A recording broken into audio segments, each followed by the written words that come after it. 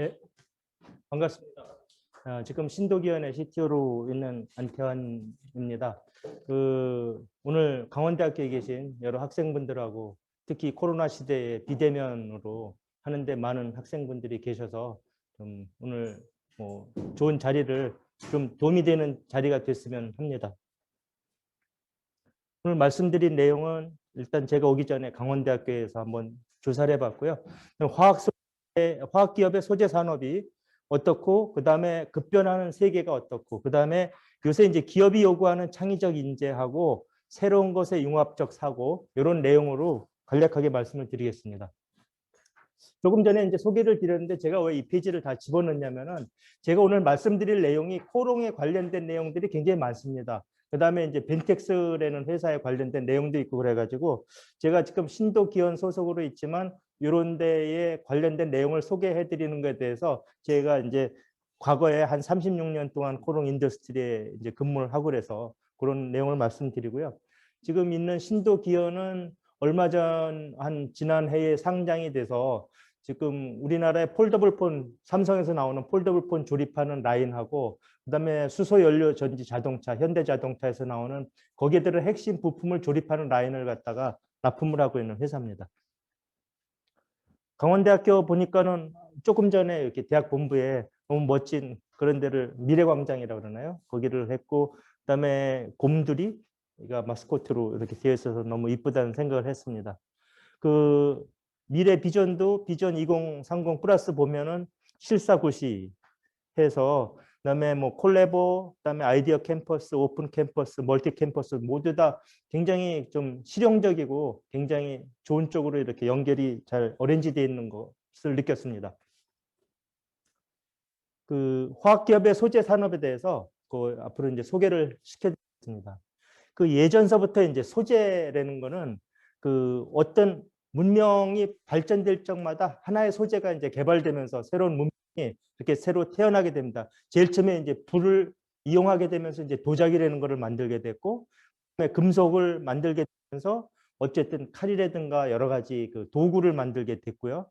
그 다음에 이제 종이를 만들면서 이 종이가 중세에 어떻게 보면은 정보혁명을 일으켰다 하는 그런 이야기도 나오고 19세기 말에 석유가 개발되면서 다양한 케미칼, 그다음에 화학 산업이 이렇게 시작이 되었다고 생각을 합니다. 특히 이제 섬유 쪽에 있어서는 1934년도에 세계 최초의 합성 섬유인 나일론 섬유가 이제 개발이 됐고요.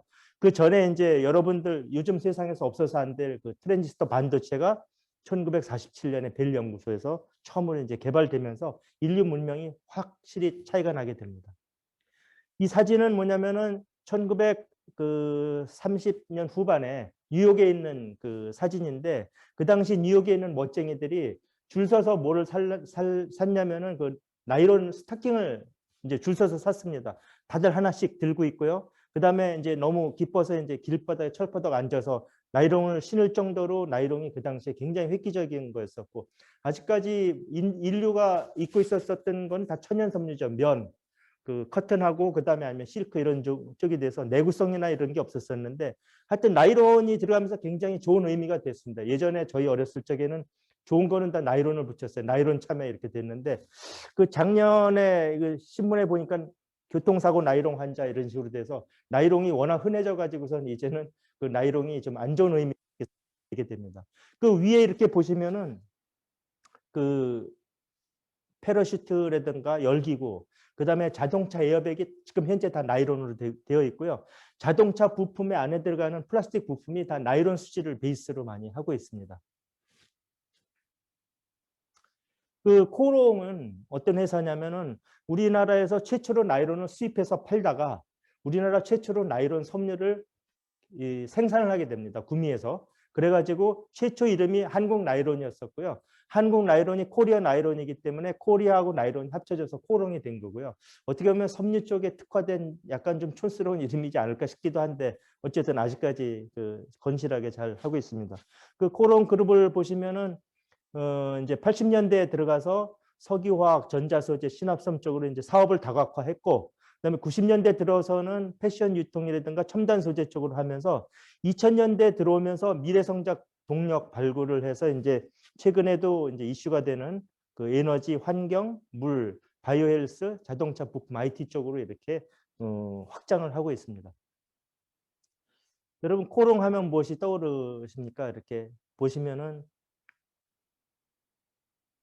예전에 이제 황영조 선수라든가 이봉주 선수처럼 코롱 마라톤 팀이 굉장히 유명했었고요. 코롱 스포츠를 많이 아시고 계시죠. 그래서 코롱 하면 코롱 스포츠가 굉장히 많은 매출을 할 것 같은데 실제로는 그룹의 한 5% 이내 코롱 스포츠고 나머지는 굉장히 새로운 소재들이 굉장히 많습니다. 알려지지 않은 소재 쪽으로 오늘 이렇게 말씀드리는 중에 여기 나와 있는 이 크론이라는 게 이제 방탄섬유고요. 방탄섬유가 이제 세계 세 번째로 만들어진 거고 나중에 소개를 해드리겠습니다. 그 코롱 그룹은 지금 이제 크게 네 분야로 진행을 많이 하고 있습니다. 자동차용 소재, 그다음에 전기 전자용 소재, 그다음에 생활용 소재, 제약 바이오 소재 이렇게 있고요.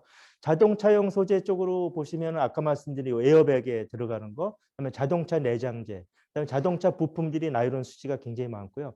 이 타이어를 튼튼히 잡아주는 타이어 코드가 굉장히 중요한 뼈대 역할을 하는데 타이어 코드를 많이 만들고 있습니다. 이게 세계 최초의 수소 연료 전지 자동차 현대에서 나온 건데 여기에 막 가습기하고 그 핵심 부품들을 지금 납품을 하고 있습니다. 전기 전자용으로 해서는 그 나중에 소개를 해드리겠지만 요새 삼성에 나오는 폴더 Z 그런 데 들어가는 이제 핵심 소재라든가 그다음에 이제 포토레지스트도 국내에서 유일하게 생산을 하고 있고 LCD라든가 OLED에 들어가는 다양한 필름하고 케미칼들을 하고 있습니다. 생활용 소재에 있어서는 여러분들 그 도로에 그 도로 마킹하는 페인트 칠이 들어가는 소재들이 다 이제 코롱에서 생산되는 접착제가 많이 들어가 있고요. 그다음에 독특하게 인공 피혁이라고 해서 세계 세 번째로 또 개발된 것들이 있어서 많이 사용이 되고 있습니다. 제약 바이오는 코롱 제약하고 이제 코롱 생명과학 이런 식으로 해서 그런 쪽으로 지금 많이 약품이 개발이 되고 있습니다.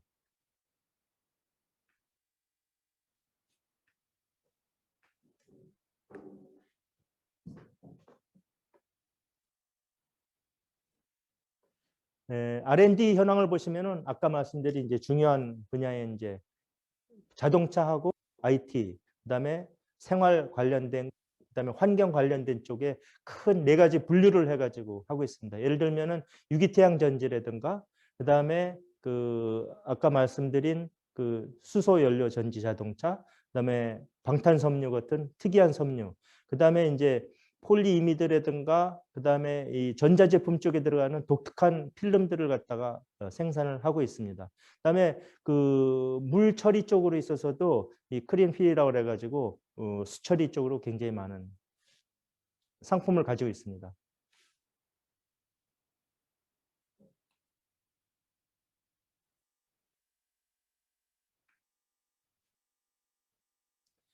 그 여러분들 그 소재가 하나 이렇게 개발될 적에는 굉장히 시간도 많이 걸리고 그다음에 이제 막대한 투자비도 들어가게 됩니다.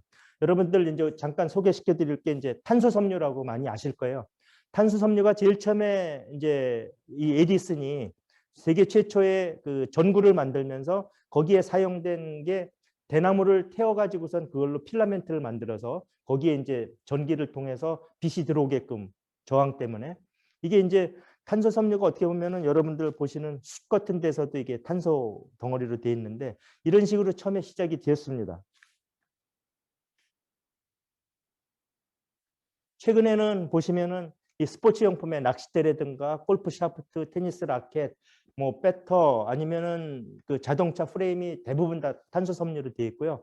그다음에 이제 나중에 말씀드리겠지만 이 비행기 동체라든가 그다음에 여러 가지 선박 그다음에 항공 우주용품 쪽으로 많이 사용이 되고 있고요. 그다음에 이제 풍력 발전에 들어가는 블레이드라든가 그다음에 교량, 그다음에 자동차에 들어가는 프레임이라든가 전자제품의 모든 것들이 다 탄소섬유가 많이 사용이 되고 있습니다.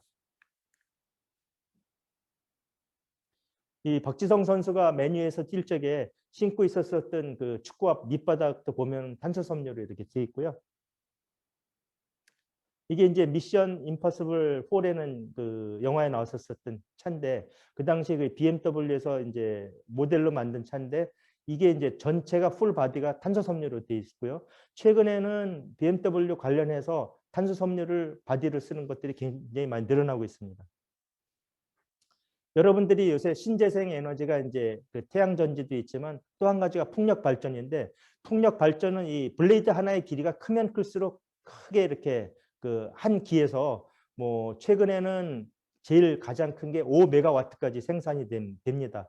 보통은 지금 국내에 있는 게 제일 큰 것들이 한 3메가와트짜리 블레이드가 많은데, 이 블레이드 길이를 보면은 하나가 뭐 거의 축구장 길이에 필적할 만큼 굉장히 길어서 이거를 산까지 옮기는데도 굉장히 어려움, 그런 걸 느끼고 있는데, 이게 탄소 섬유를 하지 않으면은 이거를 이제 무게라든가 이것 때문에 이 블레이드를 만들 수가 없어서 이 풍력 발전에는 탄소 섬유가 필수적인 걸로 되어 있습니다. 이 보잉 787이라고 요새 드림 라이너라는 그 기종입니다. 보잉에서 이제 혁신적으로 만든 건데, 이 비행기는 45% 정도를 카본 파이버로 이렇게 동체를 만들었습니다. 그러다 보니까 무게가 기존의 비행기에 비해서 3분의 1 정도가 이제 더 가벼워졌는데, 그렇게 되면은 연료가 한 4분의 1 정도가 세이빙이 된다고 이렇게 알려져 있습니다. 그리고 에어버스 A380에서도 굉장히 이제 점점 더 비행기 쪽에서 이 동체 쪽으로 탄소 섬유를 늘려나가고 있는 상황입니다. 그다음에 이제 아까 말씀드린 아라미드 섬유는 그 아로마틱 폴리아마이드 섬유라고 그래가지고 어떻게 보면 방향적 나일론 섬유라고 이렇게 볼 수도 있습니다. 이 방향적 나일론 섬유인데, 이게 이제 듀퐁에서 세계 최초로 개발을 해가지고 저희들이 세계 세 번째로 이제 개발을 했는데, 이게 상품명이 헤라크론입니다. 헤라크론이 헤라클레스하고 이제 나일론하고 이렇게 섞은 그런 이름이 됐는데, 이게 이제 세계 세 번째로 했고, 지금 우리나라 국군의 방탄복이라든가 방탄 헬멧 이런 쪽으로 지금 많이 들어가고 있습니다. 아직까지 보면 메이저 플레이어가 세계 최초로 듀퐁이 개발을 했고, 일본 데이진이 있는데, 데이진은 이 아라미드에 이제 약간 아류적인 메타 아라미드를 시작을 해서 다른 데를 인수를 해서 이렇게 했습니다. 제가 이제 이거 신사업을 입사했었을 적에 82년도서부터 코롱이 이 아라미드를 갖다 개발을 해가지고 미국 특허를 얻으면서 이제 듀퐁에서 와가지고 같이 하자 이랬었는데, 이제 코롱에서 거절하면서 굉장히 어려운 상황이 됐었습니다.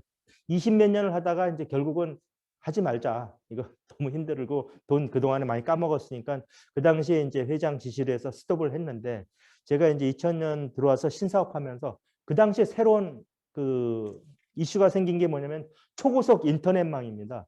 초고속 인터넷 속도가 빨라지다 보면 광속이 필요하고 광파이버가 필요하고, 이게 나중에 전시회를 갔더니 이 광파이버를 감싸는 아라미드가 엄청나게 들어가는 거예요. 그래서 야, 이게 왜 아라미드가 왜 여기다 통용이 될까 그랬더니, 광섬유는 이게 이제 케이블이 중력에 의해서 그 글래스 파이버가 늘어나면은 이게 빛이 전달되는 게 깨집니다.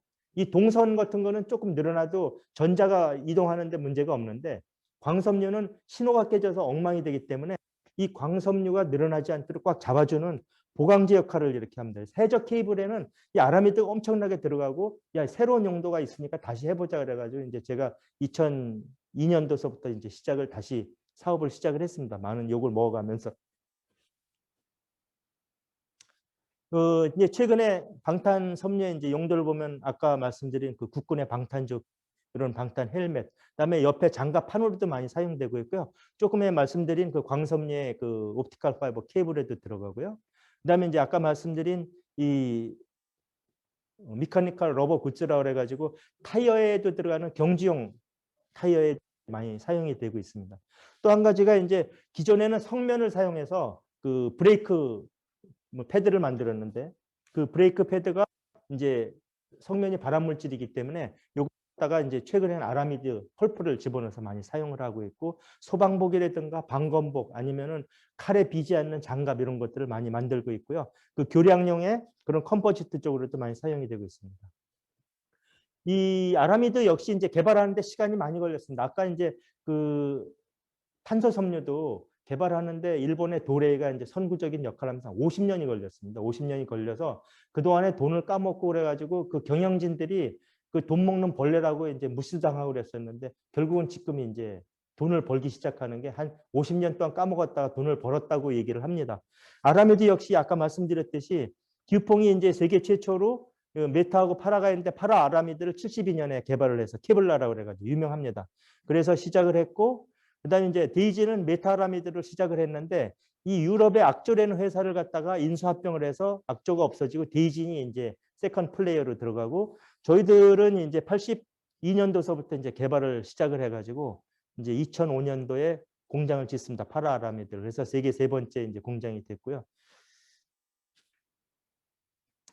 근데 이제 불행한 거는 이제 듀퐁이 저희들이랑 이제 계속 견제를 하다가 2009년에 저희들을 이렇게 소송을 걸었습니다. 미국에서. 근데 저희들도 잘못한 게 뭐냐면은 그 이제 아라미드가 굉장히 많이 팔려나가면서 미국에다 지사를 냈는데 그 지사에 이제 그 모집을 하다 보니까 듀퐁에 퇴역한 영업사원이 온 거예요. 그래서 영업사원이 오니까 뭐 어유 진짜 웰컴 해가지고 받았는데 이제 그 당시에도 한국이 뭐가 약했냐? 컴플라이언스라는 게 약했습니다.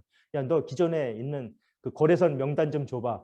이런 게 한국에서 통용이 됐는데 그거가 이제 걸리는 건지는 그 당시엔 몰랐었죠. 그래서 그걸 했더니 이제 듀퐁에서 가뜩이나 코롱을 아주 미운 놈처럼 쳐다보고 있었었는데 그래 소송을 붙어가지고 미국에서 그래가지고 1조 원, 그러니까 9억 1,900만 달러, 1조 원을 소송을 붙어서 1심에서 완전히 저희들이 깨집니다. 그래서 2012년에는 어떤 게 있었었냐면은 이제 코오롱 인더스트리 생산 라인을 갖다가 완전히 다 금지를 시키고 그랬었는데 2012년에 항소를 해가지고 저희들이 승소를 합니다. 그래서 재가동이 되긴 됐는데 이때까지도 몇 년 동안을 갖다가 이 소송에 휘말려서 미국에서 이제 판매도 제대로 못 어려운 상황이 있었었죠. 최근에 보면은 2015년에 결국 합의를 하면서 코롱이 그래도 꽤 막대한 돈을 갖다가 줬습니다. 듀퐁한테. 죄는 없지만 그 침해 의도가 있다 그래가지고 이제 그렇게 합의를 했는데 최근에 이렇게 보면은 아라미드를 갖다 지금 2배 증설을 하고 있어요. 굉장히 없어서 못 팔 정도로 아라미드가 중요한 소재가 되고 있습니다. 그 이제 9.11 사태 때 보시면은 이렇게 그 건물이 파괴가 되고 비행기 충돌했을 적에 이 이제 원전에 대한 그런 안전성 문제가 되면서 아 여기 비행기 테러가 있으면은 이게 진짜 큰일 나는 거 아니냐 그랬는데 최근엔 이 콘크리트 내부에 아라미드를 집어넣어 가지고 비행기가 와서 박더라도 조금 찌그러질 정도의 그런 강도를 갖는 그런 것 쪽으로도 지금 많이 개발이 되고 있습니다. 이런 교량이라든가 교각에 보면은 지진이나 아니면 충돌에 의해서도 이게 부서지지 않도록 교각을 다 아라미드 섬유로 층층 감아서 그 위에다 또 다시 이제 콘크리트를 덧칠하는 공법을 사용을 하고 있습니다. 이제 LCD 관련된 거는 이제 이 층이 굉장히 복잡한 그런 게 돼 있어요. 이제 유니트도 있고요. 이건 뭐 나중에 말씀드리겠습니다. 그래서 보면은 백라이트 유니트라고 해가지고서는 이거는 스스로 발광하지 못하는 LCD이기 때문에 밑에 어떤 그 CCF 냉응급과 그 형광 같은 게 하나 있고 그 빛을 밝혀서 이제 위에 액정이 이제 그 전원을 주면은 누웠다가 일어섰다 하는 그거를 이용해서 레드, 그린, 블루 요게 이제 색상이 나오게끔 하는 원리로 이렇게 되어 있고요. 요새 그 QLED라고 삼성에서 나오는 그것도 어떻게 보면 이제 LCD의 종류라고 이제 볼 수 있습니다. 그래서 여기 보면은 다양한 필름이 들어가요. 필름, 그다음에 광확산 필름, 그다음에 보호 필름, 그다음에 이게 BF라고 그래가지고 전 세계에서 3M밖에 못 만드는 그런 필름이 있습니다. 이건 한 필름을 900층짜리로 나노 사이즈로 만드는데 이거는 3M이라는 회사밖에 지금 현재 못 만들고 코롱이 이거를 갖다 이제 다 독자적인 개발을 해 나가고 있습니다. 그다음에 이제 여러분 이건 오래된 핸드폰이지만 핸드폰이나 모든 전자기기 분해된 걸 보시면은 최근에 이렇게 황금색 이런 필름을 많이 보실 수 있을 거예요. 예전에 컴퓨터 이런 하우징 안에 보면은 이렇게 PCB 그린색으로 돼서 거기에 여러 가지 그 반도체라든가 칩이 이렇게 용접이 돼 있잖아요. 그 용접이 된 게 그 옛날에 컴퓨터 컸는데 지금 LCD하고 그다음에 이 얇은 TV 같은 거가 어떻게 얇아졌냐면은 이 폴리이미드 필름 위에다가 직접 칩을 갖다가 실장을 해가지고 여기서 용접을 시킵니다. 필름이 대부분의 필름이 열에 약한데 이 폴리이미드 필름은 500도씨까지 강하기 때문에 곧바로 여기서 다 용접을 가능해요. 다 이렇게 용접한 다음에 이걸 차곡차곡 접어서 넣습니다. 지금 여기 노트북에도 그렇고 여러분 댁에 있는 LCD TV에는 다 이렇게 뭐 LED TV도 그렇고요. 이런 식으로 다 들어가 있습니다. OLED TV도. 여기서 그래서 핵심 소재가 이 폴리이미드 필름인데 이 폴리미드 필름이 이것도 역시 전 세계적으로 나오는 게 듀퐁하고 그다음에 일본 헤카 두 군데 것만 이제 인정이 되었습니다. 저희가 이제 이거 이제 세계 세 번째로 그 또 이제 개발을 하게 됩니다. 이 폴리이미드도 보면 아까 그 아라미드를 그 아로마틱 폴리아마이드라고 이렇게 말씀드렸는데 여기 보면 폴리이미드 이런 케미칼들이 독특한 굉장히 강인한 그런 기운을 가지고 있기 때문에 항상 보면 아까 아라미드 섬유도 노란색을 띠고 있지만 이 필름도 역시 황금색을 띠고 있습니다. 여기 아로마틱 컴파운드 때문에 그런데 자 이게 다양하게 이제 제일 많이 사용되는 건 역시 이제 그 아까 말씀드린 전자기기에 들어가는 실장 쪽에 그 FPCB라고 플렉서블 프린티드 서킷 보드에 이제 많이 들어 핵심 소재로 되어 있고요. 그다음에 이제 자동차에도 일부 이제 들어가 있고 또 한 가지는 방열 소재라 해서 핸드폰에 열을 식혀주는 소재에도 이거를 갖다가 이제 많이 사용을 하고 있습니다. 그 저희들이 이제 그 폴리이미드를 개발을 시작한 거는 이제 1998년에 내열성 수지 아주 단단한 이런 그 조그만 플라스틱 링 이런 기아 이런 거를 만들기 시작해서 시작을 하다가 아 필름 쪽으로 해보자 그랬는데 필름이 굉장히 어렵습니다. 이게 만들기가. 그래서 듀퐁하고 가네카밖에 없었었는데 요게 이제 그 한 2년 연구 끝에 진짜 운도 좋았었지만 개발이 돼서 2005년도에 세계 세 번째로 양산화 공장을 이제 성공을 하게 됩니다. 그 이후에 이제 지속적으로 폴리이미드 필름을 지속적으로 하면서 컬러레스 폴리이미드 아까 말씀드린 폴리이미드 필름이 황금색인데 투명 폴리이미드 필름을 만들게 됩니다. 그게 거의 강인한 게 유리처럼 강인하기 때문에 그 유리를 대체할 수 있는 그런 소재로 이렇게 되어 있습니다. 그래서 여기 보시면은 SKC 코롱 PI라고 이렇게 되어 있는데 저희들이 세계 세 번째로 만들고 SKC가 세계 네 번째로 만들었어요. 그런데 하다 보니까는 갑자기 이제 우리나라 업체가 두 군데가 나오니까 가격이 너무 떨어져서 결국은 이제 두 회사가 야 우리 싸우지 말고 합치자 그래가지고 회사를 합친 게 SKC 코롱 PI고 저희들이 세계 세 번째로 했는데 그 SKC의 최신호 회장님이 야 SKC 이름을 먼저 좀 썼으면 좋겠다 그래서 이름이 SKC 코롱 PI가 됐고요. 지금은 SKC 코롱 PI가 세계 1위 마켓 쉐어를 가지고 있습니다. 자, 그다음에 그 아베 정권이 한국이랑 사이가 안 좋아지면서 그 수입 금지를 한 거를 여러분 기억하실 거예요. 그래서 뭐 노재팬 뭐 운동도 있고 이제 그랬었는데 이 그때의 수출 규제 3대 이 EUV용 포토레지스트, 그다음에 불화수소, 그다음에 플루오린 폴리이미드입니다. 이 플루오린 폴리이미드가 이 폴더블 폰에 들어가는 컬러레스, 그러니까 투명 폴리이미드의 핵심 소재거든요. 그리고 이제 그 EUV용 포토레지스트도 포토레지스트가 이제 그 필름은 코롱밖에 안 나오지만 이 포토레지스트는 대부분 액상으로 된 건 이제 수입을 하고 있고 그다음에 불화수소도 국내에서도 일부 나오지만 이게 순도가 뭐 99.9999% 이상이 되는 아주 고순도를 내는 거는 일본하고 몇 개 제품밖에 없어서 이런 것들을 세 가지를 품목 규제를 했죠. 그래서 이제 이외에도 일본의 도가 굉장히 소재 부품적으로 많습니다. 특히 화학적인 부품적으로 많고요. 그래서 이제 요 세 개로 해가지고 지금은 어느 정도 국내 개발도 됐고, 그 다음에 이제 뭐 수도 다변화해서 이제 해결이 되고, 그 얼마 전 통계를 이제 일부러 조사를 해봤더니 여전히 일본에서 수입되는 양은 그만큼 더 일어나는 것 같습니다. 왜냐하면 일본도 우리한테 팔지 않으면 또 팔 데가 없으니까. 다음에 이제 아까 말씀드린 그 컬러레스 폴리이미드는 그 이게 아로마틱 기운이 들어가면서도 이게 빛의 투과가 투명하게끔 만드는 그 독특한 필름입니다. 그래가지고 강성, 내열성하고 이런 것 강성은 굉장히 한데 이게 이제 그 색상이 투명하다 보니까 다양하게 이제 용도가 생기는 거예요. 그러면서 폴더블 폰이 이렇게 돼 있는데 요즘 나오는 그 삼성에서 폴더블 Z도 나오고 많이 나오는데 이걸 기존에 유리로 해서 하면은 유리는 여러분 알다시피 이게 한 뭐 20번 이렇게 접으면 이제 거기가 깨지면 큰일 나거든요. 그렇기 때문에 이 투명 폴리미드 필름을 쓸 수밖에 없고 최근에는 이제 글래스도 사용이 되는 게 아웃폴딩 쪽은 약간 이제 둥글게 형성이 되기 때문에 글래스도 일부 사용을 하기도 합니다. 그래서 요 밑에 보시면은 이제 LG에서 나오는 롤러블 TV라고 그래가지고 둘둘 말렸다가 이렇게 쭉 올라오면서 TV가 되는 게 롤러블 이제 TV인데 이것도 역시 그 컬러레스 폴리이미드 필름에다가 여러 가지 이제 OLED 소재를 이제 정착하고 집어넣어서 이렇게 만들게 됩니다. 또 한 가지가 이제 그 샤무드라에서 이제 인공피혁입니다. 인조세무라고 이렇게 아시고 있을 텐데 그 인조세무 같은 촉감을 나타내기가 굉장히 힘든데 그 세계 세 번째로 저희가 그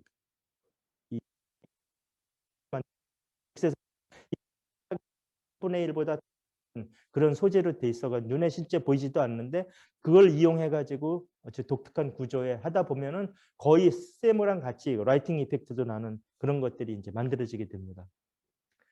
이게 이제 이 에쿠스가 아니고 요새 G90이라고 그 G90 그 차량에도 지금 대부분 들어가고 있고요. 고급 차종에 들어가고 있고, 그다음에 루이비통 백이라든가, 그다음에 최근 IT용의 이제 그 어떻게 보면 연마용이라든가 이런 쪽으로도 IT 쪽으로도 많이 사용이 되고 있습니다. 이외에도 이제 요새 핸드폰이라든가 전자파가 많이 나오기 때문에 전자파를 쉴딩해 줄 수 있는 전자파 차폐 섬유도 이제 저희들이 개발을 했습니다. 아까 말씀드린 이 컬러레스 폴리미드 필름은 이 폴더블 폰하고 롤러블 이제 디바이스 이런 쪽으로 이제 많이 사용될 거예요.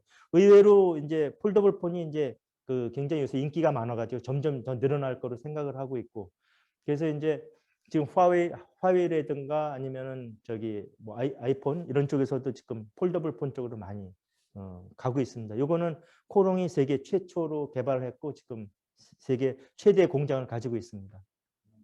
아까 말씀드린 듯이 그 인조 피혁 샤무드하고 그다음에 아라미드 방탄복 아라미드 섬유 폴리미드 필름이 세계 세 번째로 이렇게 다 만드는 소재가 돼 가지고 이 코롱이 알게 모르게 이제 그 코롱 스포츠뿐만 아니고 소재 쪽으로 굉장히 강합니다. 특히 이 아라미드 섬유하고 폴리미드 필름을 동시에 생산하는 회사는 전 세계 미국의 듀퐁하고 코롱밖에 없습니다. 그 코롱의 R&D 현황을 보시면은 화성업체 중에선 한 4천여 건으로 특허 건수가 굉장히 많이 보유를 하고 있고요.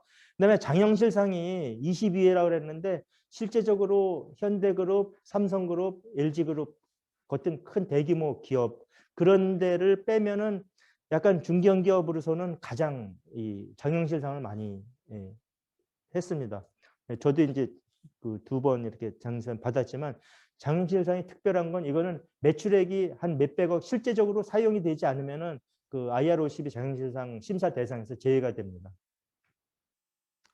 다음에 이제 제가 2018년까지 36년을 근무를 하고 그 퇴직하면서 이제 벤텍스로 잠깐 옮겨서 거기에서 한 1년 반 정도 그 CTO를 했습니다.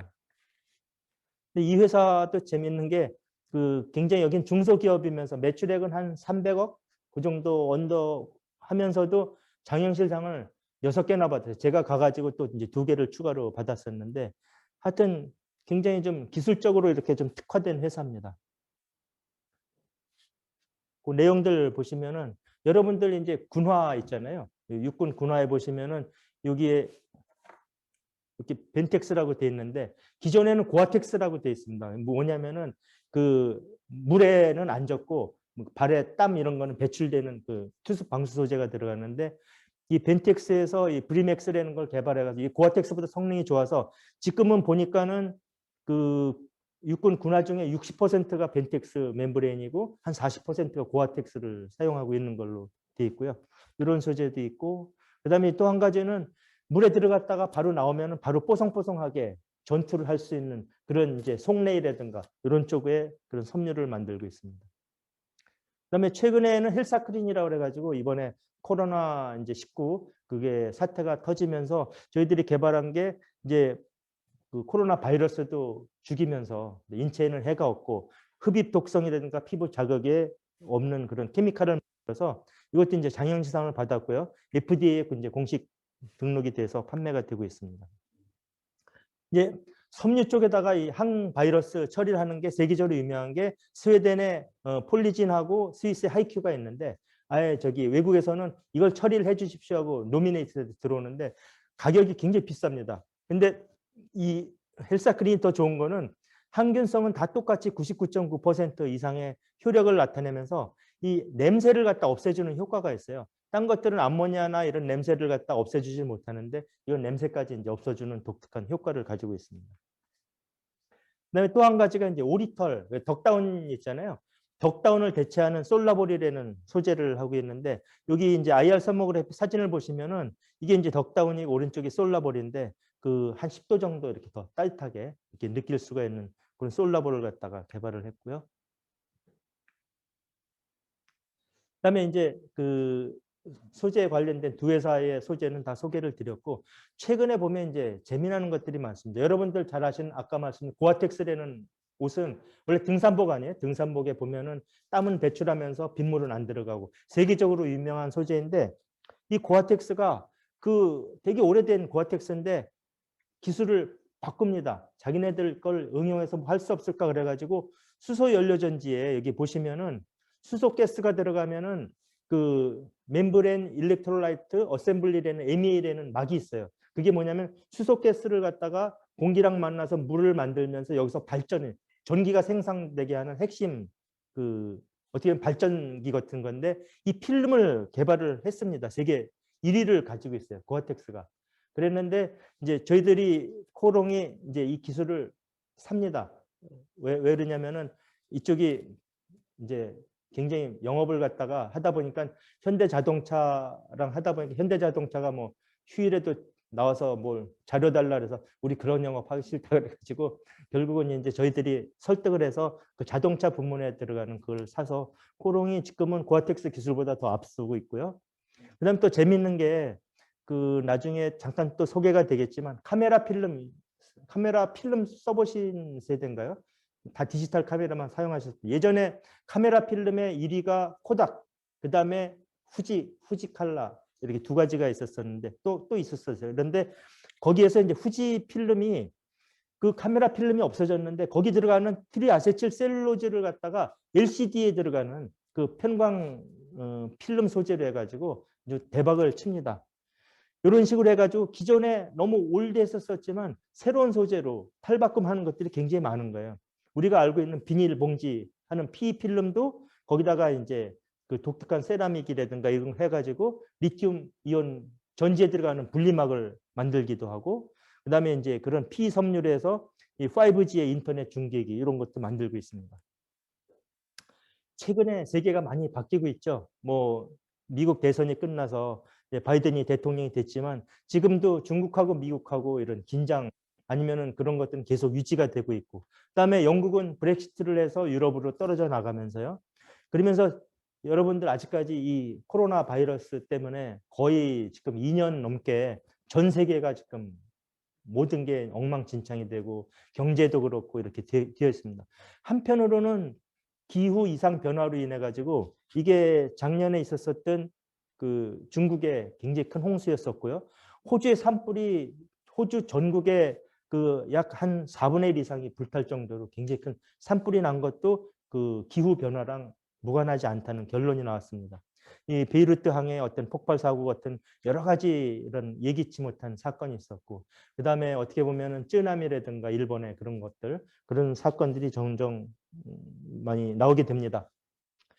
그런 반면에 기술적인 거는 굉장히, 특히 이제 일론 머스크 같은 사람은 굉장히 독특한 그 꿈을 가지고 있죠. 그 스페이스X 프로그램이라 그래가지고 달 착륙 우주 여행을 시키자 해가지고 이 우주선을 만드는데, 기존의 우주선이 왜 비싸냐면 한 번 갔다가 다 버리기 때문에 비싼데, 이 사람은 그거를 갖다가 다시 착륙시켜서 다시 재사용할 수 있게끔 함으로써 그 비용을 갖다 굉장히 획기적으로 절감하는 그런 실험을 하고 있는데, 실제적으로 이 스페이스X 프로그램 중에 하다 보면은 이게 돌아오다가 몇 번 그 폭발하고 그랬었는데 지금은 이제 잘 돌아오고 이런 걸 알고 있습니다.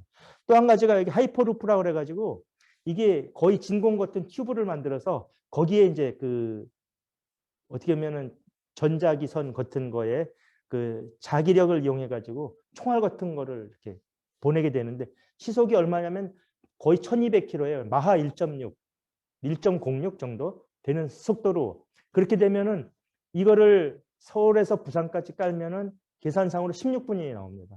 지금 이거를 갖다가 미국에서 어느 한 구간에 이렇게 하려고 동부와 서부를 잇겠다고 하는 게 일론 머스크의 꿈이거든요. 참 대단한 사람입니다.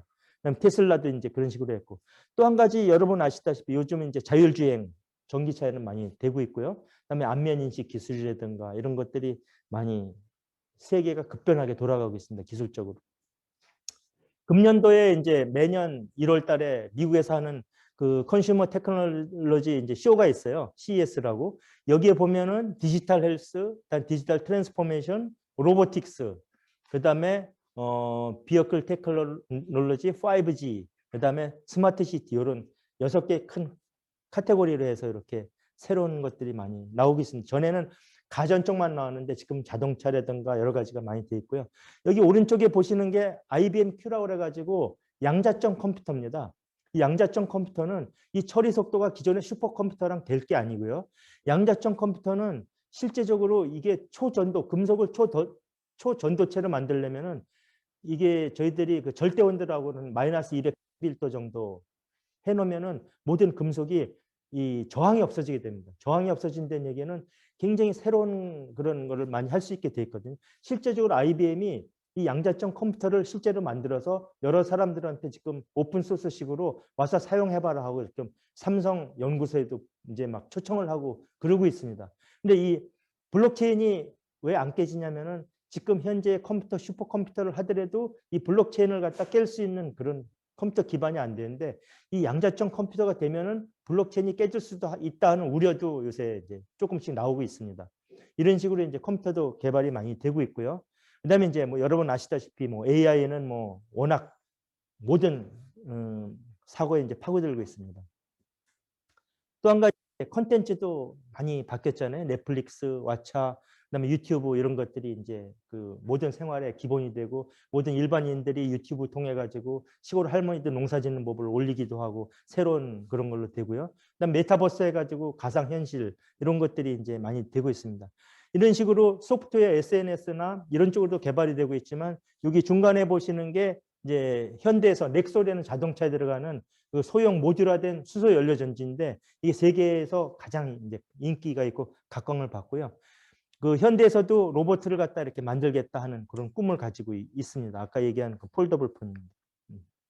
자, 여러분 요새 또 아시다시피 이제 비트코인이라든가 이 블록체인 기술을 기반으로 한 여러 가지 저희들이 아직까지 알지 못했었던 그런 게 많이 나옵니다. 특히 NFTS라고 그래가지고 어떤 미술품이나 어떤 개인적인 그런 아이덴티티를 갖다가 하기 위해서 NFT 기술을 하는 것들이 많이 각광을 받고 있고요. 그다음에 어스2라고 그러는 거는 뭐 아직까지 저도 직접 얘기 들은 바만 있지만 어떤 뭐 달나라나 그 땅을 갖다가 이제 가상해서 주고 사고 팔고 하는 그런 거랍니다. 언제쯤 그 될지는 모르겠지만. 그다음에 여러분들 잘 아시는 버스. 로블록스라고 여러분들은 안 하실 거예요. 이건 어린애들 하는 것 같은데 어린애들이 스스로 이제 뭐 자기가 게임도 만들어서 거기다가 집어넣고 뭐 꼴 같지도 않은데 굉장히 전 세계적으로 뭐 1억 명이 넘는 사람들이 접속해서 하고 있는 그런 게임이거든요. 이게 뭐냐면은 자발 참여형 그런 게임 같은 겁니다. 그다음에 제페토는 네이버에서 하고 있는 거죠. 여기서는 좀 다르게 그 로블록스랑 다르게 여기서는 좀 다른 쪽으로 이제 자기 캐릭터를 넣고 다른 쪽으로 이렇게 전개를 하는 게 좀 특이한 방식으로 되어 있습니다. 자, 이런 기술들을 갖다 이제 정리를 해보시면은 모든 거에 AI가 연결될 거다. 그다음에 로봇하고 드론이 이제 앞으로 많이 사용이 될 거다. 그다음에 이제 블록체인 테크놀로지가 점점 퍼져서 뭐 비트코인이라든가 그런 전자화폐도 있지만 NFT라든가 다양한 그런 비즈니스 모델이 생길 거로 되어 있고요. 여기 보시면은 마키나라는 이제 옛날에 그 영화가 있었었는데 여기 나온 로봇입니다. 진짜 사람과 똑같이 하는 로봇이고 이제 자율주행은 이제 많이 접근이 되는 것 같고요. 그다음에 여러분들 요새 많이 나오는 루시도 있고 그다음에 그 춤추는 여자가 이제 그 가상 인물이라 해서 저도 깜짝 놀랐는데 이 메타버스가 이제 점점 더 늘어날 겁니다. 그리고 영원하게 이렇게 과학이 발달됐는데도 불구하고 그 미국의 파월 장관이 이제 돌아가신 거 보면은 아직까지 의학 헬스에 관련된 건 아직까지 진짜 어렵고 먼 길이구나. 이 전 세계가 코로나를 갖다가 지금 2년째 제대로 극복을 못하고 있는 걸 보시면은요. 앞으로 기술이 어떤 식으로 바뀔까? 세계가 어떻게 바뀔까? 보시면은 뭐 비포 코로나하고 애프터 코로나, 포스트 코로나 이렇게 나누기도 합니다. 이제 많이 바뀌셨죠. 여러분들 비대면으로 수업 받으시고 꼭 출근을 해야 되나? 이제 출근 안 해도 되고 집에서 재택근무하면서도 지금 하는 게 많이 될 정도로 바뀌고 있습니다. 이게 이제 새로운 노멀이 되고 있고요. 그다음에 이제 세계 경제 포럼 미래 변화 2025년 보시면은 세계 인구가 뭐 10%가 인터넷 연결된 스마트 글래스라든가 이런 걸로 될 거다. 일조개 센서가 인터넷에 연결될 거다. 그다음에 미국의 10% 도로가 자율주행 될 거고 뭐 5만 명 이상 거주하는 동네에는 신호등이 하나도 없이도 될 것이다 하는 스마트 시티 개념. 그다음에 이제 글로벌 트렌드도 초연결 사회, 그다음에 요새 탈중국, 탈플라스틱 그런 이야기도 많이 나오고 있습니다. 그 네이처에서 전망한 과학기술 트렌드 2020이 있는데 이거는 뭐 조금 저희랑은 좀 동떨어질 수도 있습니다. 뭐 초대형 블랙홀도 있고 화성 탐사 가속도 있고요. 그다음에 어떻게 보면은 뭐 감염병 예방 모기 전파 이런 것들도 있고 그다음에 여기서 재밌는 건 고체 에너지 개발이라고 그러는데 실제적으로 지금 그 전기차에 충전한 리튬이온 배터리를 전고체 배터리로 바꾸려는 그런 연구들이 실제로 많이 개발이 되고 있습니다. 그다음에 이제 가트너라고 그 세계적인 기술을 갖다가 이렇게 트렌드를 갖다가 이렇게 매년 발표하는 데가 있는데 인간 중심의 초자동화라든가 어떤 인간 증강 투명성, 그다음에 클라우드, AI 보안, 블록체인 실용화 이런 것들을 이제 키워드로 잡고 있습니다. 그 제가 이제 임원 면접을 이제 오랫동안 받고 여러분들이 이제 또 사회 나가시면 임원 면접을 많이 보실 텐데 요새 임원 면접 보고 나면 저희들 다 그럽니다. 아, 우리가 지금 시험 보면은 다 떨어질 것 같다고 진짜로 그렇게 생각을 하고요.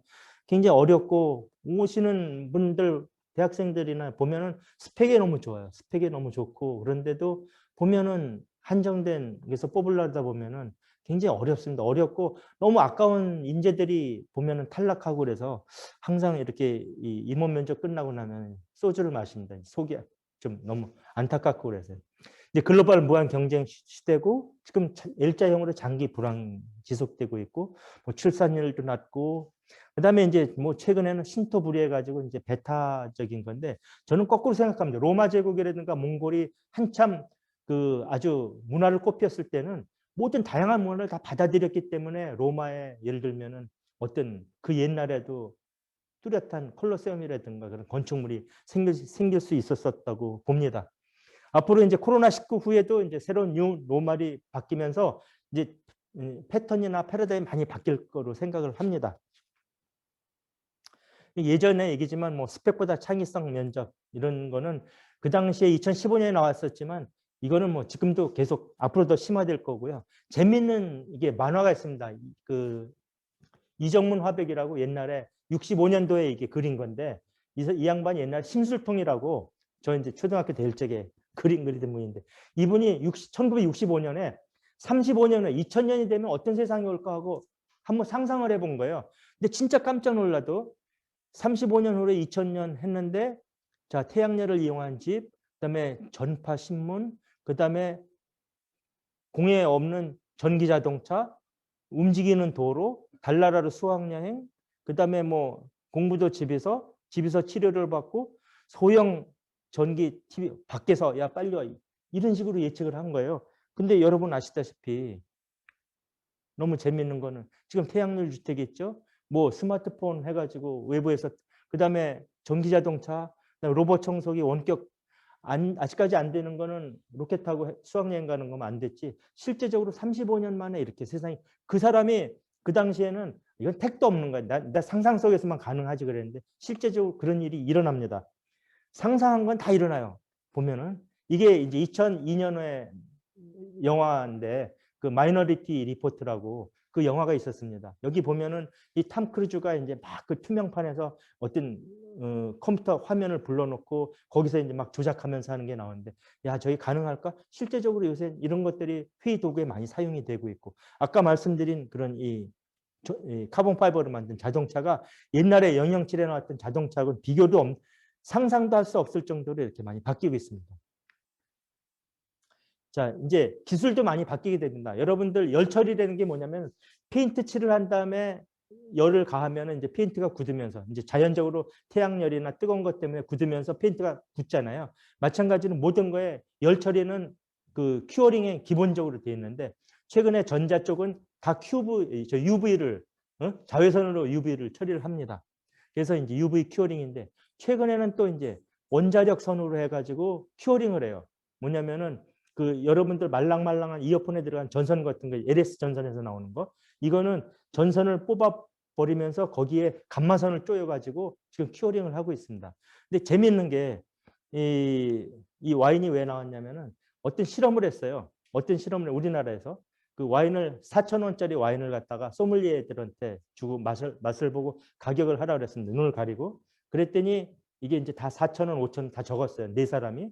그리고 나서 이거를 감마선을 한번 쪼입니다. 그 여러분들 항암 치료 받으면은 원자력 병원에서 이제 감마선 치료를 받거든요. 이제 그런 식으로 해서 한번 쪼이고 나서 일정 시간 지나서 그 똑같은 사람들한테 이제 그 블라인드 테스트를 했더니 다들 희한한 맛이네. 그리고 써낸 가격이 2만 원, 2만 5천 원, 3만 원 똑같은 와인인데 맛이 변했다는 얘기거든요. 그래서 야 앞으로 그런 장사하면 좋지 않을까 이제 그런 생각도 해봤지만 이제 어떤 게 감마선 때문에 위험이 있을지도 모르고 이 골프공은 뭐냐면은 미국에서 실제적으로 이제 골프공이 이게 판매가 되는데 이 감마선 처리를 하게 되면은 그 처리 안 한 것보다 20야드가 더 나갑니다. 그래서 보장을 해요. 20야드가 덜 나가면은 골프공 물러주겠다 그랬는데 저는 이제 저희 그 코롱에 있을 때 그 회장님하고 그 방위사업청 이제 원자력 그 관련해서 방위사업청 ADD 원장을 같이 만났는데 그분이 선물로 준 게 이 골프공이더라고요. 자기가 원자력 처리한 공입니다.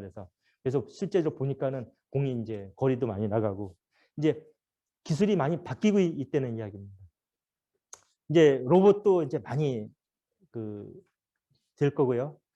제가 이제 좀 기술적인 내용을 떠나가지고 이제 여러분들 친구들 돌잡이 이런 데 가보면은 좀 깜짝 놀란 게 항상 부모들이 마음을 조마조마 우리 애가 뭘 잡을까 그러다가 어떻게 보면 뭐 펜이나 이런 거 잡으면 되게 실망스러워합니다. 저도 이제 왜 저럴까 그렇게 생각을 했는데 보니까는 다 돈을 안 잡는다고. 요새는 다 돈을 잡기를 원하잖아요. 그래서 차라리 돌잡이 할 적에는 그럼 모든 거다 돈을 해버려. 아니 의사가 돼도 돈 벌고 그다음 법관이 돼도 돈 벌고 뭐 이렇게 되지 않습니까? 이런 식으로 한번 생각을 했고 여러분들 콜럼버스의 달걀 아시죠? 콜럼버스한테 이 달걀을 세워보시오 그랬더니 가차없이 깨가지고서는 이제 세웠고 그다음에 이제 알렉산더 대왕이 동방을 진출할 적에 어느 마을을 지나게 됩니다. 그 고르디안이라는 마을을 지나가게 됐는데 거기에는 옛날서부터 그 전에 내려오는 그 매듭이 있어요. 고르디안 매듭이라고 그래가지고. 근데 전설이 뭐냐면은 이 마을을 통과하려면 이 매듭을 풀지 않으면 지나갈 수 없다는 게 그 전설처럼 내려왔는데 알렉산더 대왕이 칼로 바로 내려칩니다. 이 매듭을. 그러니까 우리들이 이거는 누가 하겠어 했는데도 너무 쉽게 이제 해결하는 거예요. 이런 식으로 생각의 범위를 좀 다르게 해보시라는 얘기입니다. 제갈공명이 화살 10만 촉을 갖다 굉장히 짧은 시간에 얻는 것도 그렇고. 이제 제 정주영 회장을 참 많이 존경합니다. 현대그룹에. 정주영 회장이 처음에 시작한 게 부산의 유엔묘지가 6.25 전쟁이 끝나서 해외에 이제 원수들이 자기네 나라의 젊은 청춘들이 많이 죽었잖아요. 그래서 이제 그 1954년인가 우리나라에 와서 이제 애도하려고 왔는데 겨울철에 오게끔 돼 있는데 그 미군 장교가 유엔묘지를 조성을 하면서 우리나라 이제 업자들을 다 부릅니다. 야, 이분들이 왔을 적에 좀 따뜻하게 보일 수 있게 잔디를 좀 심었으면 좋겠다. 우리나라 그 추운데 잔디가 어디 있습니까? 했더니 모든 건설업자가 다 안 된다고 그랬어요. 정지영 씨가 물어봅니다. 혹시 꼭 잔디래 됩니까? 그랬더니 아니 잔디는 봄에 심어도 되니까 잔디랑 똑같은 질감을 내는 그것만 있었으면 좋겠다. 정지영 회장이 뭘 생각했냐면 그 당시 우리가 보릿고개라고 해서 보리 있잖아요. 보리는 겨울에도 파란 싹이 나기 때문에 보리밭을 사가지고 보리를 다 심어버립니다. 그래서 외국 원수들이 와서 야, 이 추운 나라에도 어떻게 이렇게 푸른 잔디가 있었을까 감탄하고 돌아갔다고. 그 미군 장교가 그때서부터 현대에 일감을 줘서 현대가 굉장히 큰 겁니다. 현대가 아산만 방조제를 만들잖아요. 저 중간에 물막이 공사라고 해서 양쪽에 해가지고서 이걸 최종적으로 막아야 되는데 물살이 너무 세가지고 거의 그만한 바위 덩어리를 집어넣어도 바로 그냥 쓸려 나가는 거예요. 그래서 결국은 이 토목하고 관계자들이 정지영 회장한테 그럽니다. 이거 도저히 물막이 공사가 안 될 것 같습니다. 그 정지영 회장이 공식적인 그 학력이 저기 초등학교 졸업인데 그분이 뭐라 그러냐. 야, 저기 못 쓰는 배 거기다 침몰시켜. 그럼 물살이 좀 적어되면 그때 공사하면 될 거 아니야. 이런 식으로 해서 실제 됐다 그러더라고요. 아마 지금도 물속에 가라앉아 있을지 잘 모르겠지만 이분이 새로운 것들을 많이 하고 그다음에 여러분들 이 춘천에 있는 소양강 댐이 이게 세계 최초의 사락댐입니다. 사락댐이 뭐냐면은 콘크리트를 짓지 않고 흙하고 모래, 돌만 가지고 지은 세계 최초의 댐이에요. 이거 그 당시에 이제 그 박정희 대통령하고의 작품인데 항상 한강에 보면은 홍수가 납니다. 매번. 그래서 홍수를 갖다가 이제 막기 위해서는 이 춘천하고 이쪽에 이제 댐들을 많이 만들어야 되는데 이 춘천에 있는 소양강을 갖다가 댐을 만들자. 근데 돈이 없습니다. 경부고속도로 만들 때 돈이 없었지만 그래서 항상 돈 없으면 정지용 회장을 불러요. 정지용 야, 돈 없는데 어떻게 좀 해봐 그랬더니 그러면은 흙하고 돌로만 좀 만들어 보면 안 될까 그랬더니 우리나라 그 서울대학교에 그 토목하는 분들이 다 들고 있는 아니 그때 무너지면 어떡하려고 아직까지 전 세계적으로 이런 게 없는데 그거는 큰일 납니다.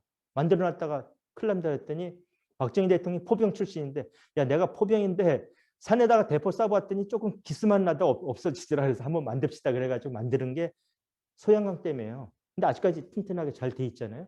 뭐 그 이후에 뭐 보안공사는 했겠지만 정지영 회장이 그 당시 어디 땅을 샀냐? 이 한강에서 가장 홍수가 많이 나는 지역이 지금 제일 비싸다고 알려진 압구정동입니다. 거기는 물만 했다면 제일 먼저 물. 근데 야 소양강 댐 만들면은 거기가 좋아지겠다 그래서 헐값을 사서 거기가 현대타운이 많잖아요. 역시 이제 이 돈이 흘러가는 걸 보는 재벌들 여러분들도 나중에 부자 되셔야 되니까는. 그다음에 이제 생각 뒤집기입니다. 자, 당연해 중에서 이거 먹으면 오래 사는데 뭘까요? 뭐 밥입니다. 욕입니다. 욕 먹으면 오래 삽니다. 실제는 나이 먹으면 오래 살잖아요. 자, 그다음에 이거 먹으면 죽습니다. 이것도 답이 나이예요. 똑같이 나이를 먹으면 오래 살고 똑같이 나이 먹으면 죽고 이거는 똑같은 나이인데 여러분들 그런 거 들어보셨을까요? 아들이 2명 있는데 첫째 아들은 우산 장사, 둘째 아들은 소금 장사. 그럼 어느 엄마는 비 오면은 아이고 둘째 아들 소금 녹을까 봐 걱정하고 어떤 엄마는 비 오면은 큰아들 우산 잘 팔리고 햇빛 쨍쨍하면은 소금 잘 말리겠다. 똑같은 거 가지고 해석하는 거에 따라서 본인이 불행하고 이렇게 달라지게 됩니다. 이제 실제적으로 강원도 횡성에서 오래전에 있었던 일인데 이 7,600평 경매가 나왔는데 3억 5천에서 시작해서 계속 사간 사람 7천만 원까지 떨어집니다. 근데 그때 이제 한 사람이 나타나서 이제 뭐라고 얘기를 했냐면은 이 돌 캐다 팔아도 되냐 그랬더니 천연석은 문제가 없다. 그래서 이걸 7,450만 원 낙찰을 받아가지고 이 사람이 거기에서 돌만 걷어내서 판 게 5천만 원이 나왔고요. 그 다음에 돌을 다 걷어내니까 훌륭한 택지로 돼서 분양을 해가지고 이게 그 당시에 11억 4천.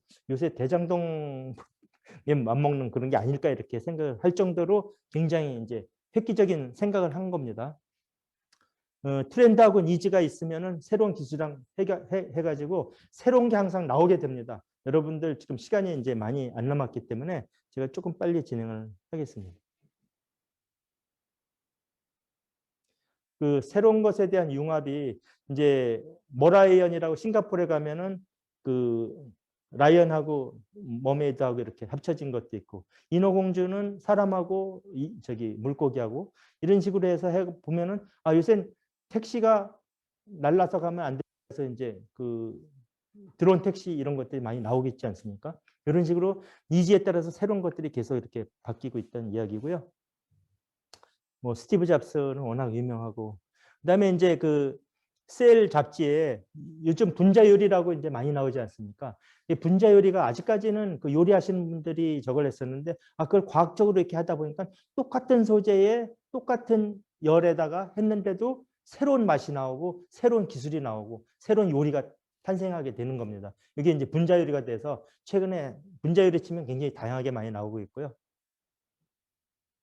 그다음에 이제 그 인공 거미줄이 실제적으로 그 거미줄이 알게 모르게 굉장히 강한데 야, 이런 걸 갖다가 인공적으로 만들 수 없을까? 그래가지고 누에다가 거미줄 생식 기관을 해가지고 바이오 스틸을 만들기도 하고 그다음에 암소나 햄스터 세포에다가 거미 유전자를 집어넣어가지고 해서 일본 스파이버렌 회사가 인공 거미줄 합성에 성공을 했습니다. 아직까지 크게 상용화되어 있지 않지만요.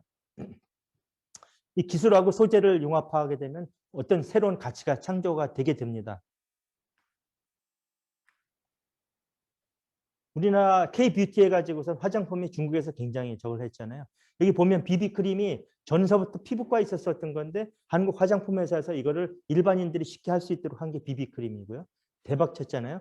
달팽이 크림도 그렇고. 원래 우리나라에 말이 별로 없기 때문에 마유 크림은 일본에서 만든 건데 그걸 또 이제 화장품에다 적용한 게 마유 크림입니다. 이것도 역시 중국에서 대히트를 했죠. 이제 두 가지만 말씀드릴게요. 삼성전자가 참 대단한 회사인데 삼성전자가 야 우리 앞으로 미래 먹거리가 뭘까 해가지고 10년 전서부터 새로운 걸 갖다 계속 찾아요. 저는 신사파는 입장에서 야, 삼성이 어디로 갈까 그랬었는데 의외로 삼바로 갔습니다. 삼성바이오로. 야 전자회사가 왜 삼성바이오로 갔지? 그때 이제 제가 굉장히 궁금했어요. 그게 보면은 삼성이 가진 기술이 전자 기술이냐 그런 걸 갖다가 하나하나 세분화해서 쪼개 가다 보니까는 삼성 반도체 가진 핵심 기술은 클린이다, 클린룸이다. 반도체를 만드는데 제일 어려웠었던 게 클린도래, 클린도. 그 클래스 10 이하의 하나의 뭐 먼지나 뭐 세균조차도 그 웨이퍼에 묻을 수가 없을 정도로 만들어야지 된다면. 이게 우리의 진짜 중요한 기술이구나. 트렌드가 뭐냐면은 이제 인간이 오래 살고 건강이 중요하고 그렇기 때문에 그럼 클린 기술을 이용해서 기존의 시밀러 제약을 의약품을 만들자. 그래서 삼바가 탄생하게 된 겁니다. 삼성 바이오 시밀러. 그래서 삼성이 그쪽으로 간 거에 대해서 제가 이해가 됐습니다. 또 한 가지 아까 여기 이제 이게 카메라 필름인데 코닥이 정식적으로 몇 년 전에 도산을 했습니다. 역사적으로 사라졌는데 한 100몇 년 된 회사인데 세계적으로 유명하죠. 근데 그 코닥이 그 카메라 필름을 만들었었고 세계에서 최초로 디지털 카메라도 만들었는데 이게 뭐 되겠어 해가지고 포기해버리고 그 필름만 가지고 계속 하다가 결국 이 필름이 없어지는 시대가 돼서 도태돼버렸는데 이 후지 필름에서는 우리가 가지고 있는 이걸 딴 데다 쓰면 안 될까? 그리고 찾아보니까 LCD에 들어간 핵심 소재가 있는 거예요.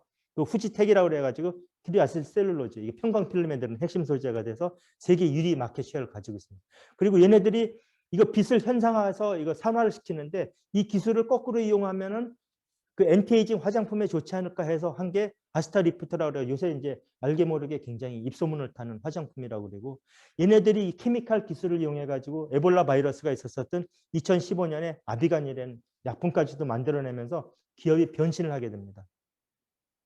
코스메틱 이제 텍스타일도 많이 있고요. 이런 이제 웨어러블도 이제 많이 되게 됩니다. 제가 이제 내용은 다 끝났고 이제 한 분을 소개시켜 드릴 건데 혹시 박용우라고 아시나요?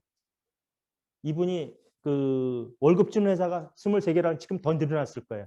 카카오톡을 갖다 이제 김범수 회장이 만들었지만 그 성공시킨 사람이고 그다음 배민 뭐 그다음에 이런 것들을 갖다 다 이제 그 새롭게 해가지고 그 모든 회사들한테 지금 월급이 들어오는 게 한 뭐 4억 정도 들어온다 그러더라고요. 이제 한 2번인가 우리가 모셔서 저걸 했는데 이 사람이 자기 명함에 관점 디자이너라고 돼 있어요. 관점을 새롭게 봐라. 기존에 그런 보는 걸로 하지 말고. 그래서 관점 디자이너라는데 이분에 대해서 한번 나중에 유튜브나 이거 보시면 재미납니다. 마지막으로 동영상 하나 보여드리고 강의를 이제 마칠까 싶은 동영상 되나요?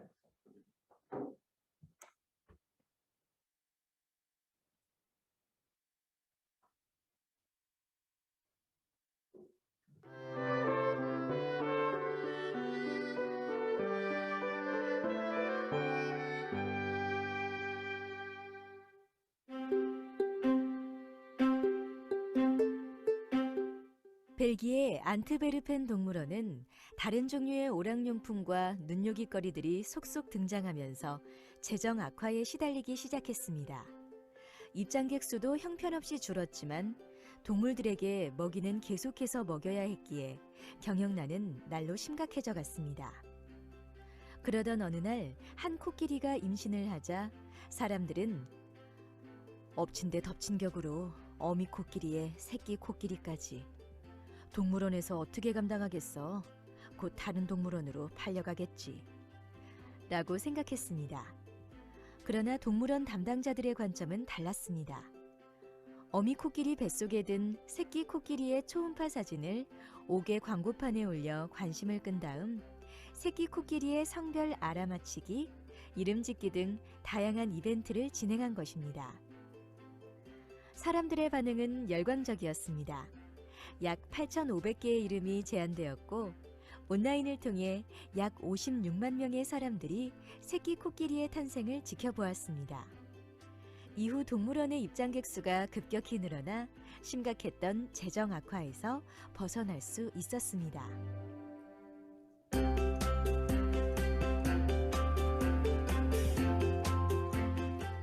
눈부신 햇살이 내리쬐는 아름다운 광장 한가운데 허름한 옷차림을 한 사내가 동냥을 하고 있었습니다.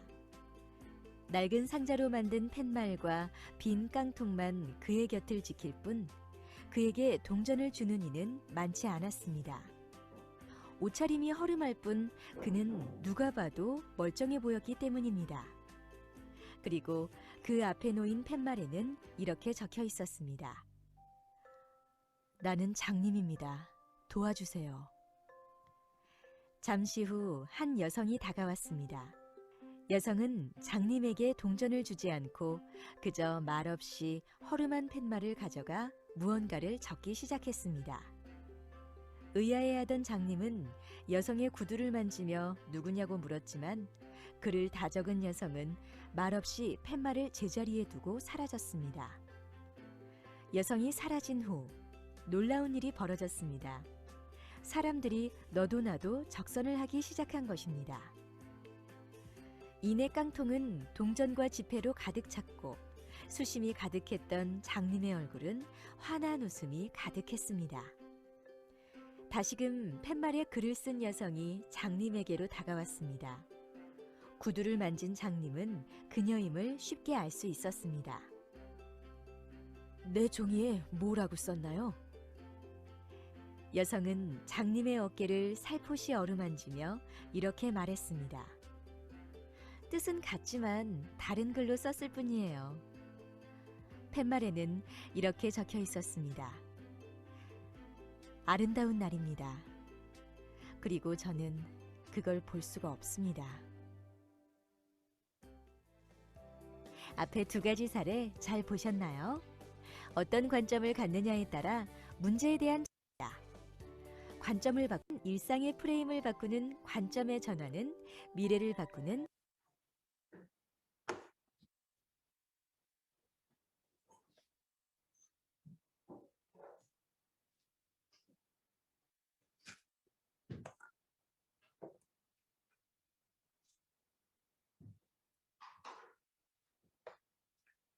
예, 저기 관점을 바꿔서 보면은 다르게 보인답니다. 이제 디즈니에 보면은 그 이미지니어라 그래서 상상을 이제 하는 그런 엔지니어들이 있다고 그래요. 예를 들면은 라따뚜이라는 그런 걸 해서 음식점에서 깜짝 이렇게 그 인형이 튀어나오기도 하고 자기가 토이스토리의 주인공이 되게끔도 이렇게 하고 하여튼 그런 거를 다양하게 이렇게 할 수 있답니다. 마지막으로 이제 모든 게 불가능하다고 했었던 게 85세 모델이 될 수 있을까? 생명인데 화가가 될 수 있을까? 국어교사인데 야구 감독이 될 수 있을까?